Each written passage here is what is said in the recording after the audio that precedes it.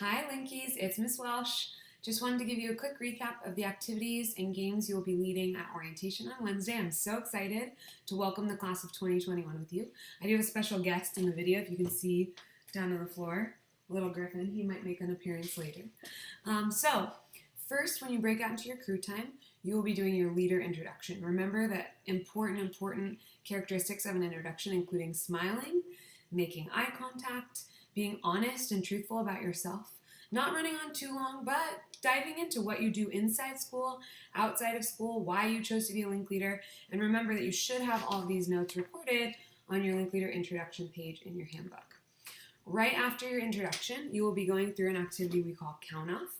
If you remember from today's training, Count Off is a simple game that you can play with your crew to kind of get the mood started, get them feeling a little bit comfortable in an uncomfortable setting.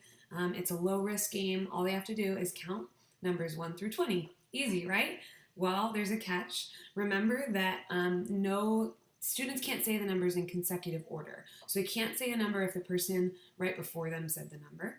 They can't discuss strategy beforehand. And if two people say a number at the same time, they have to start over. Remember to always celebrate mistakes, right? We win together as a team, we have successes as a team, and if one person messes up, or if two people say the number at the same time, it's okay and we celebrate them. Why is this activity relevant? Well, you can also tell them that in high school they're going to be faced with some new challenges. You want them to know that they're not alone. They have their crew, if anything, they have you as their link leader, and they'll start to build relationships with friends either that they already have from middle school or that they'll start to meet in their classes and activities they join, etc. So right after Count Off, we're going to go into a game we call Name Tag. We'll be learning this at day 2 of training. Name Tag, pretty easy as well. It's a two-part game where they start to learn each other's names, right? So we started off kind of easy, low risk, all they had to do is say a number. Now they're going to participate a little bit more by learning each other's names. So you can lead in with a thing like, since we're going to be a crew for the entire year together, might as well get to know each other a little more. Let's learn each other's names. So you're going to start off still sitting in a circle and have the students say the significance of their name, right? So, for example, my name is Kirby, and I was named after a famous baseball player, Kirby Puckett, right?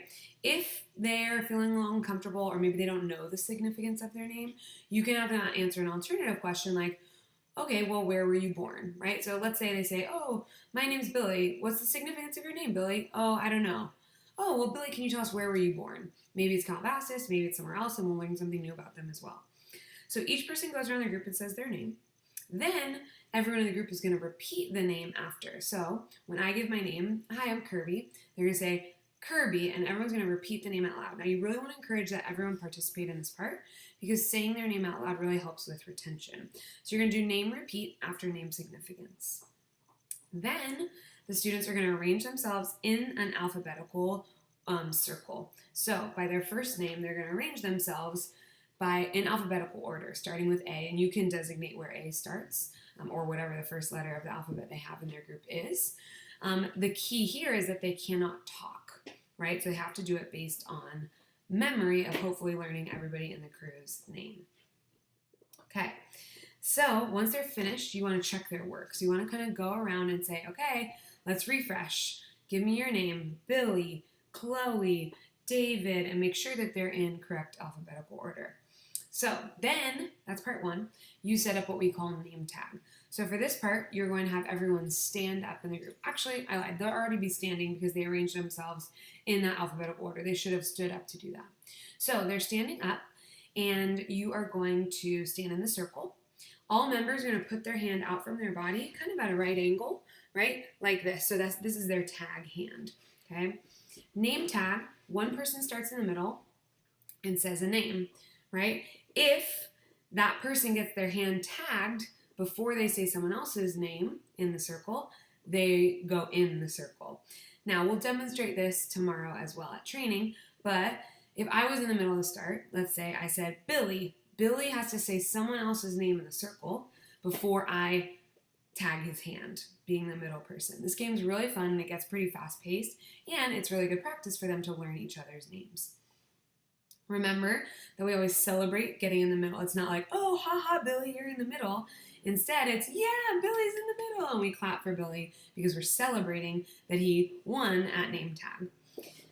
A few rules. The group celebrates, remember, by cheering and clapping each time a new person gets an opportunity to be in the middle. The person in the middle cannot tag the first person who asks their name. So if I'm in the middle and I say Billy, I can't automatically tag Billy's name. Too easy. I have to let it at least bounce to one other person. If a student moves their hand out of the way, they're automatically in the middle. So remember, you want to give these rules beforehand so the students know what's going on. Now, if you notice that Billy, poor Billy, is stuck in the middle because he can't tag everyone's hand, what can you do as a link leader? There's a few ways to get in the middle, right? So someone either gets tagged by the person in the middle before they say another name, which if Billy's struggling with that, you might have to help out. You could move your hand out of the way to automatically go in the middle. Or if someone calls Billy's name who's in the middle, which could be you can get him out of there. So if you ever notice that your freshman is feeling a little uncomfortable or they've been in the middle too long, definitely step up and volunteer and say, instead of saying, hey, I'll take a turn, just do one of those mechanisms, either pulling your hand away or saying Billy's name to get yourself in the middle to kind of get him or her out of that situation. So next activity after name tag, and again, remember we'll refresh that tomorrow, is what we call team juggling. So team juggling is really to emphasize to the students that they're going to be handling a lot this school year. They're going to be playing a sport, maybe. They're going to be in a club, maybe. They're going to have honors or AP classes, maybe. Depending, and as you are very familiar with, you're going to be juggling a lot of these things at once. Team juggling is, again, an activity to help them feel like they are supported by you, by the rest of their crew, by their teachers, and then it's a lot easier to play this game of juggling with a group of people than just by themselves. So your group is standing shoulder to shoulder, so now you're going to assign sequential numbers. So everyone's going to number off 1, 2, 3, 4, 5, 6, 7, 8, however many kids you have. Okay? You always want to be number 1 as well. So you're going to be number 1 because you want to start off the activity. You now want them to arrange themselves so that they're not sitting next to either consecutive number. So number 1, for example, shouldn't be sitting next to 2 or 12. Do you see Griffin? Say hi. Okay, so, hi, pup. You want to come up? Come here. Come on. Nope, he's not having it. Anyway, so you're always going to be number 1, and your group is going to number off accordingly. So once you mix yourselves up, let's say you have 1, 3, 7, 5, 8, 6, etc., everybody's mixed up. You want them to practice who is before them in number order and who is after them in number order. So for example, I'm number 1. I'm no longer sitting by number 2, but I need to remember who number 2 is so that I will be able to pass them the ball. You're always going to pass the ball to the person that is right in front of you. Okay, so the ball is a little crumpled up piece of paper. You guys will get those to practice with tomorrow, but you also have them day of orientation. And you're going to start by sitting down and just rolling the ball from number person. Now, I don't want to say 2, right? You can do this maybe a few times to practice, 2, 3, 4, but I eventually want you and your crew to be using names. So I would still always be passing it to my number 2, but my number 2 would be Billy. And so instead of saying 2, I would roll it and say Billy. Billy's going to pass to 3, which is Susie. Susie's going to pass to 4, which is Dylan, etc., etc. Once you guys get a little bit better at this, you can add in a second juggling ball, another crumpled up piece of paper.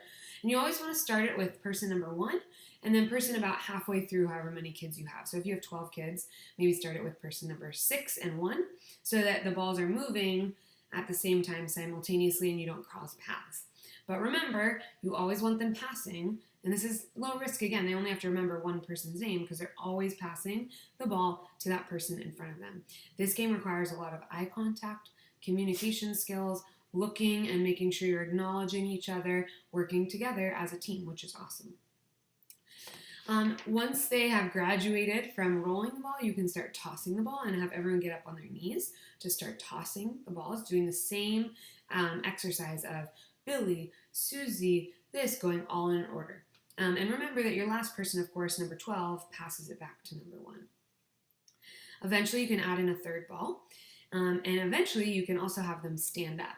This gets really fun, and you always are going to have that one kid who wants to throw the ball as hard as they can, or who wants to do a light little toss, or who wants to laugh at the person who doesn't catch it, right? So you always want to make sure that you're, again, celebrating successes and celebrating failures. So if someone drops a ball, just say, hey, that's okay, let's start back from number one, right? And reset.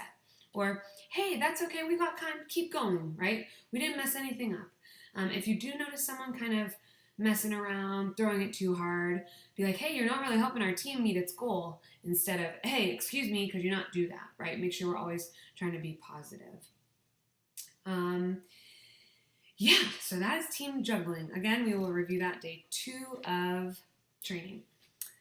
Last but not least is your questions list activity. We did that today during day 1 of training. This one's really simple and a really good one to fill time.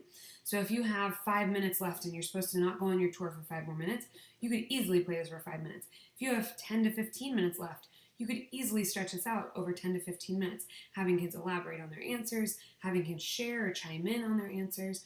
But remember, what's important about this activity for questions list is that you look over these questions beforehand and pick out some that are kind of low risk or easy questions for you to be able to ask any type of student in your group. So if you have a student you notice isn't participating or is a little bit hesitant to share, make sure you ask them one of those low risk questions.